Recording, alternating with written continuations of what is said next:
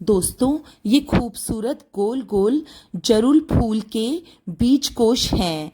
जरुल फूल, जिसे pride of India तथा queen's flower भी कहा जाता है, वसंत ऋतु जाने के बाद ग्रीष्म ऋतु में प्रकृति माँ वातावरण में क्वींस फ्लावर्स का जादू बिखेर देती है।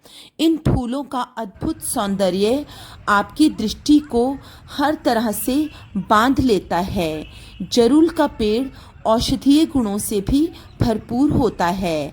आजकल जरुल वृक्षों पर बीज कोशों ने संपूर्णता में आकार ले लिया है। इन अति सुंदर फूलों के गुच्छों के बीच में आपको ढेर सारे बीज कोश भी दिखाई दे रहे होंगे। आइए जरुल के बीज की इस दिलचस्प यात्रा के बारे में कुछ जानते हैं। इन फूलों के बीचों बीच के भाग को स्त्री केसर कहते हैं। उस स्त्री केसर में ही ये बीज कोश बनते और पनपते हैं। बीज कोश जब तक बहुत छोटे होते हैं तब तक फूल अपनी परिपूर्णता में खिले हुए रहते हैं। जैसे ही बीज कोश बड़े हो जाते हैं तो फूलों की पत्तियां अपने आप झड़ने लगती हैं। प्रकृति माँ निरंतर परिवर्तन का संदेश देती है। केवल परिवर्तन ही स्थायी है, बाकी सब कुछ इस सृष्टि में अस्थायी है।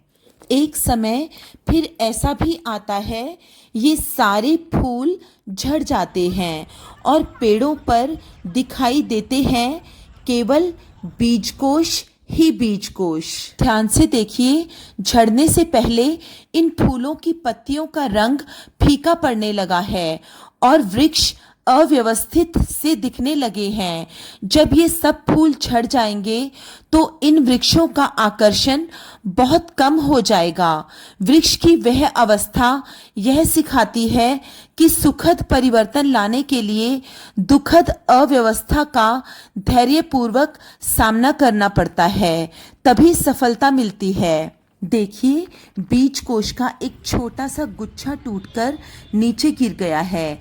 कुछ समय तक वृक्षों पर लगे इन बीज कोशों को सूर्य के प्रकाश का तेज ताप झेलना पड़ेगा, तब ये परिपक्व होकर अपने आप खुल जाएंगे और इसके अंदर के बीज वातावरण में विभिन्न साधनों से बीज प्रकीर्णन के द्वारा फैल जाएंगे। अनुकूल परिस्थितियां मिलने पर वे बीज अंकुरित होकर पौधे और फिर वृक्ष बन जाएंगे। और इस संपूर्ण यात्रा का सबसे प्रमुख कारक और आधार है ढेर सारा संयम।